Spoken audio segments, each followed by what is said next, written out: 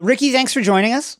Thanks for having me. The cannabis industry is on the rise right now, certainly in the way that it's not just in the economics of it, but the way that it is accepted and viewed by the general public. Um, how did you get in to take us through your everyday with Highsman and like what you see it accomplishing in the space?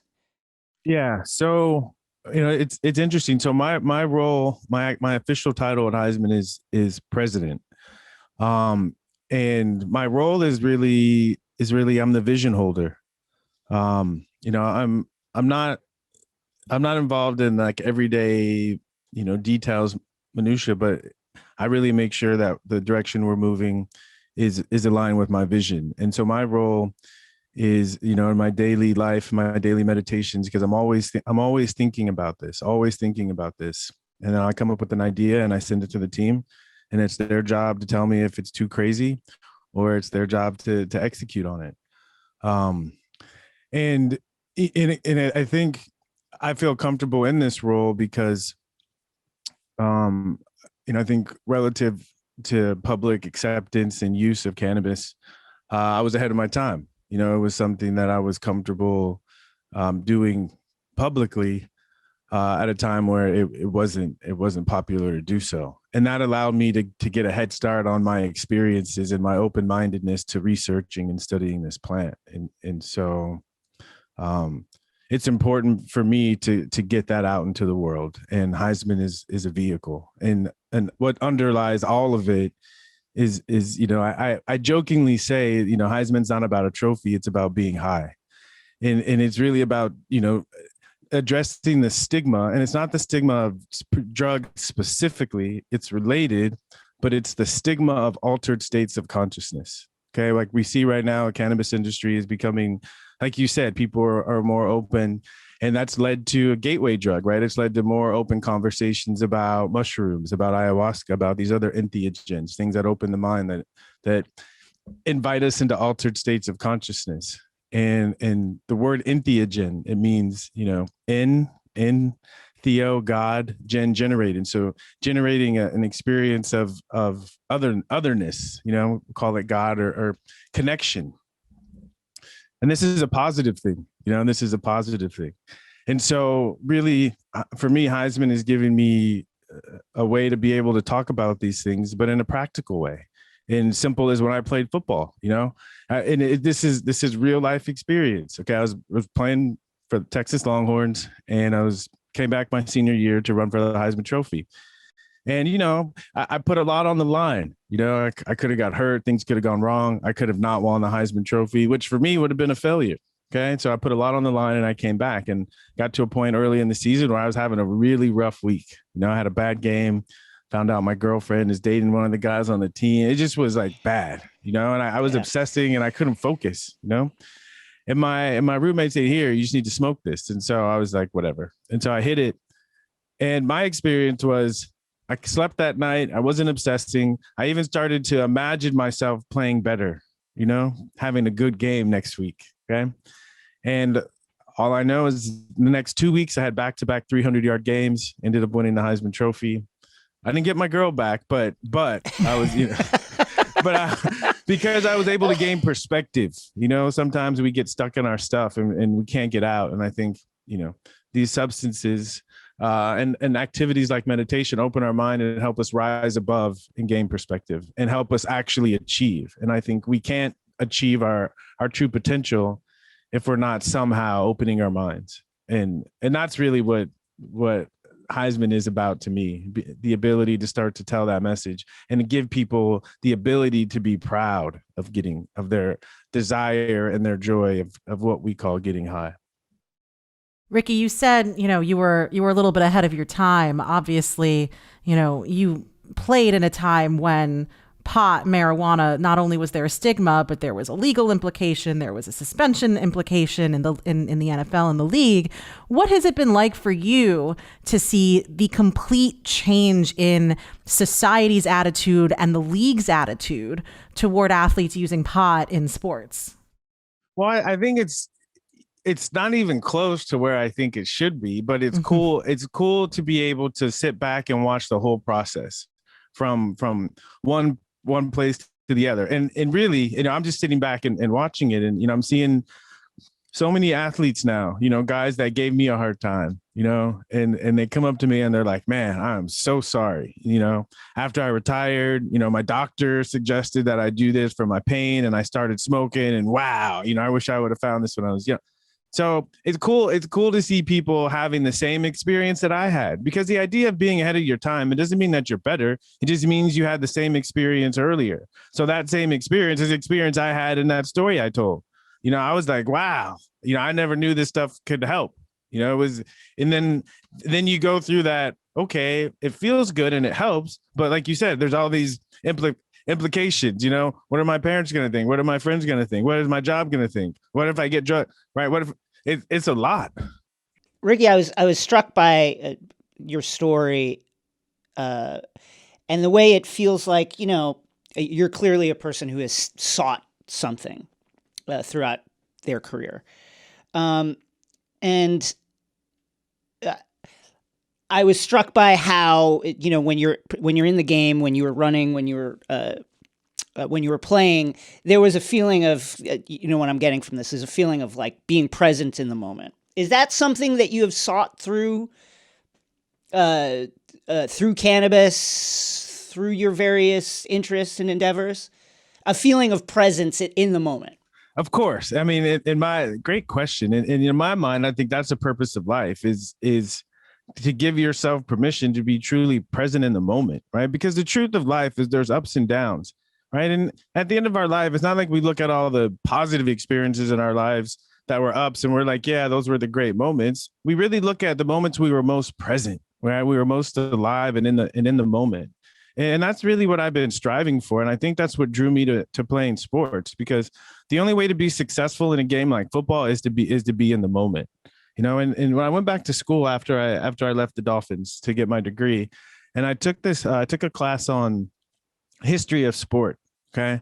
And I don't think it's a coincidence that the original like sporting events were forms of worship. The original Olympics was to honor the gods, right? So there is something about when you're in that active dynamic moment of sport is like you have to be present. And I think meditation, I think astrology, I think yoga, cannabis, all of these, to me, they're all serving the same purpose. It's almost like in my life, I don't do something if it doesn't allow me to be more present.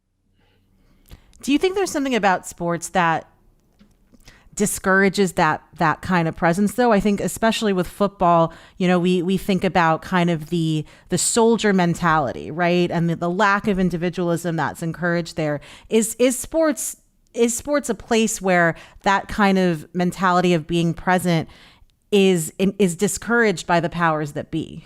Well, it's funny you asked that question, because it's, in a way it is, but it's all bullshit. That's the issue. It's all on the outside, right? You have coaches, you have all these people, saying don't do these things, and most of them are doing them themselves. But it's the culture of it. But the truth is, if you really think about the athletes, when we're most in awe, right? We say they're in the zone, they're in the zone, right? So on the outside, on the surface, they try to say you need to be militant, but if you look at a team, I think of Michael Jordan, and yes, he had other players around him, but you had the star player, okay, that was able to do whatever he wanted, and then you had to have the other people that needed to play their part, okay, and I think that's the old way of doing things. And I think I had a coach with the Ravens, John Harbaugh, and he said this, and it was the first time I ever heard a coach say it, and it shocked me and it touched me deeply. And it reminded me of a song we used to sing when I was a kid in church. And he said, I want you guys to let your light shine. Okay. Right. This appreciation that if you get a group of people that are all willing to be present together, okay, you can do anything. You can do anything. And I think ultimately that's really what I took from sports. And that's why when this external like bullshit lie about, it's not real, and it needs to go. And I think that'll allow sports to become pure again, because it's really about people coming together with the same goal, entering the zone together and working. And I think that's why people love watching sports, because the teams that do that the best are the ones that we love to watch. Thinking about your career and this, what you're saying now about this kind of like weird culture of artifice and bullshitting within sports, it's interesting to me that like, for you, cannabis worked. It didn't adversely affect your performance. And it's interesting to me because, in sports, it's such a culture about like what works, what is working for the athlete, what's working for the team. Do you think that we eventually get to a place where that culture of artifice kind of fades away? Because clearly this is something that works. It works for many other athletes. It's something that is beneficial to them. Yeah. Well, I mean, it's funny because, again, going back to my story, I wouldn't say I was anti-cannabis, but I was like, why are you guys doing that? Like, I don't get it.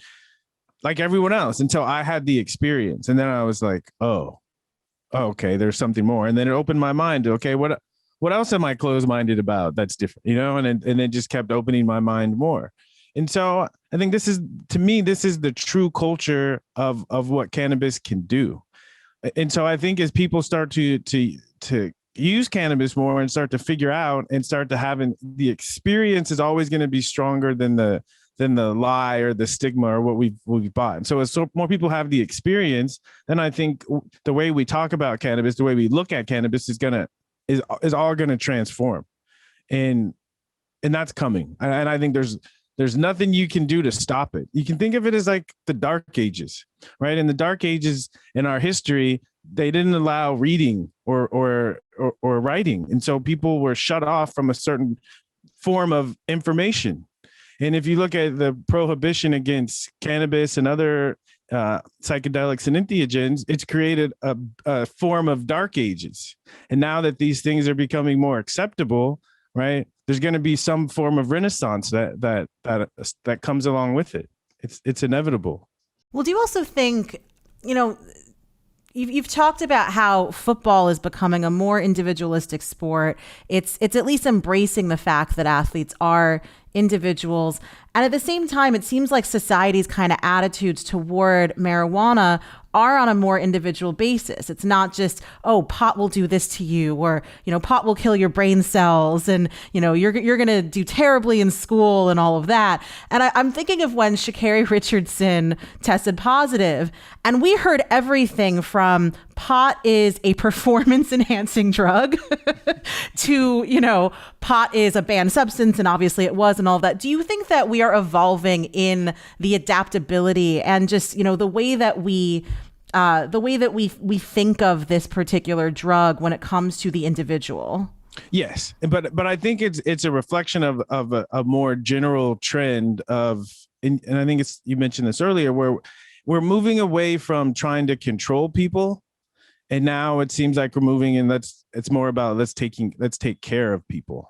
And even personally, I see with psychology, we're moving away from trying to control ourselves and moving into, okay, let's accept and understand and take care of ourselves. And I think when we get out of judging something as good or bad, is this right or is this wrong, and we see what is this actually, and can we use it or can we not? I think this shift in attitude I think I see it everywhere, and specifically we see it in cannabis. Even the conversations around cannabis. I was at MJ BizCon in Vegas, and the conversations are now you hear wellness. And at first it was science. And so we're seeing an evolution of the way people are talking about this plant. And I think a lot of it is because more people are using the plant. And it's funny in the industry, right? You see, as it's become more of a business, a lot of the suits have come into the industry. And a lot of the times these suits have been people that were anti-cannabis because that wasn't part of their culture. And, that first group got kind of kicked out because they weren't authentic enough. And now you're seeing the suits come in, and as they come in, they're starting to use cannabis for the first time. And then now they're moving to mushrooms. So you're really seeing this open-mindedness really permeate the industry as more people start using cannabis. Are you resentful at all about that as someone who was obviously on the short end of that characterization of cannabis? Well, this is the beauty to me. If you're consuming cannabis and you're still a resentful person, there's something wrong, And because I think part of cannabis, it allows you to again take that wider perspective and see patterns and put things into perspective.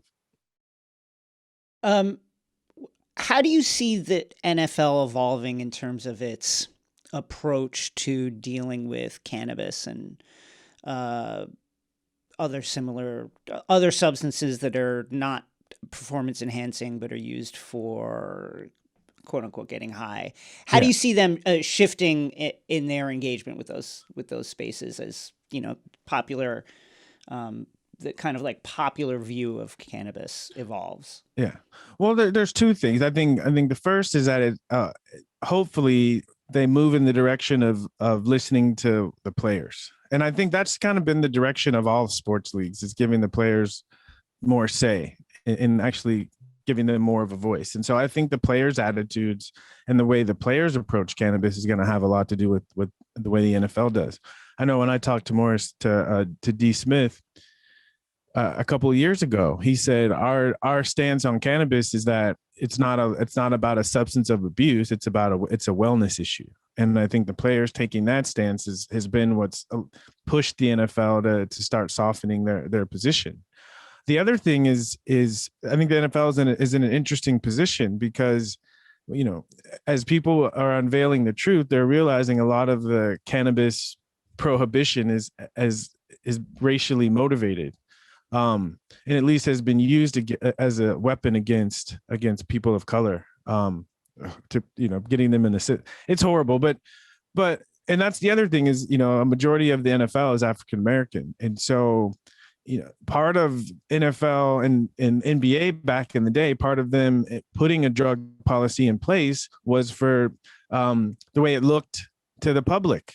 Right, is they wanted to show that we don't have thugs and hoodlums in our league, so we're going to drug test. And so part of the beginning of drug testing was racially motivated, and so that puts the NFL in a difficult position. They can be front runners in changing the narrative, or they can wait for the players to do that, or they can miss an opportunity. But which way they go, I can't predict. Do you think, I'm always very cynical when I talk about the NFL. Do you think part of that evolution is because we've had so many players say, listen, the nature of this game is rough on my body and it's rough on my brain, and pot helps with all of that? Do you think part of the NFL's evolution here is to kind of, they don't want to be on even more of the wrong side of history that they already were? But that requires a current player to be courageous enough to actually say that. And this is what we see is interesting, is the power of the money and the perception of following the rules or what. It's not, I can't even say that with a straight face anymore. It's just, it doesn't even make sense to me anymore. But as soon as a current player comes out and says that, the NFL has to listen. But who's that going to be? It's coming. It's coming. But, and I think that's what we're seeing in the NBA. The NBA they're a league that's starting to listen to the players more. They're a league that is no longer randomly drug testing their players for cannabis. And they're a league who have players that are more willing to stand up. Finally, there's some news regarding an open letter from the NAACP to all professional athletes to not sign with teams in Texas after the state instituted certain legislation. Do you think would stuff like that have affected you when you were playing? Well, I don't. It would have affected me, especially, I went to school in Texas. It would have affected me, but it wouldn't have affected me then because I wasn't educated enough. It's only since I left football that I've actually, taken the time and to educate myself enough to understand what's going on. I mean, I had this epiphany just the other day. I was thinking about paying taxes, and I was thinking, okay, what do taxes go for? And I think for minorities, paying taxes for people to oppress them. It's like weird that we're paying money. We're paying money for these to the lawmakers that are creating laws that don't serve it. It's crazy. It's crazy, but we do it. But we all do it, right? And if we don't, we get punished. It's craziness. So And I think that's part of it. As we educate ourselves more, it's painful because we realize, like, really, this is the country we live in. Ouch. Ricky, actually, one last question. We talk about current players in the league and their relationship to pot, and obviously, name that comes to mind is Josh Gordon, who was reinstated recently. He's currently on the Kansas City Chiefs. For some context for our listeners who might not know, Josh Gordon has had multiple suspensions over the years with substance violations, and we should be clear, not just for pot, right? But what are your thoughts on his reinstatement and the attempt to rehabilitate his career and the way Josh Gordon's case has kind of been framed over the years? Yeah. So, being in a not exactly the same situation, but being in a similar situation, I think I have interesting insight. And my thoughts, my concerns go to the narrative that he's created inside of himself through all of this, because I know when I retired and it became public that part of my retirement had to do with failing a drug test, that there started to be an external narrative that was very powerful. And I had to wrestle with, is that what is my relationship to that narrative? Am I going to write my own story? And I think that's the biggest thing, I think, with Josh. And I think it's easier to write your own story when there's a happy ending. So if he can come back and be successful on the football field, I think it makes it easier. It makes it easier to tell a successful story. So I just hope that, his relationship with these substances is something that's he's got clarity around. Because it's something that if he doesn't, it's going to haunt him the rest of his life. Well, Ricky, thank you for joining us. Highsman Cannabis is available at select retailers in California and Oregon and online at highsman.co. Ricky, thank you for joining Takeline. Yeah, thanks for having me.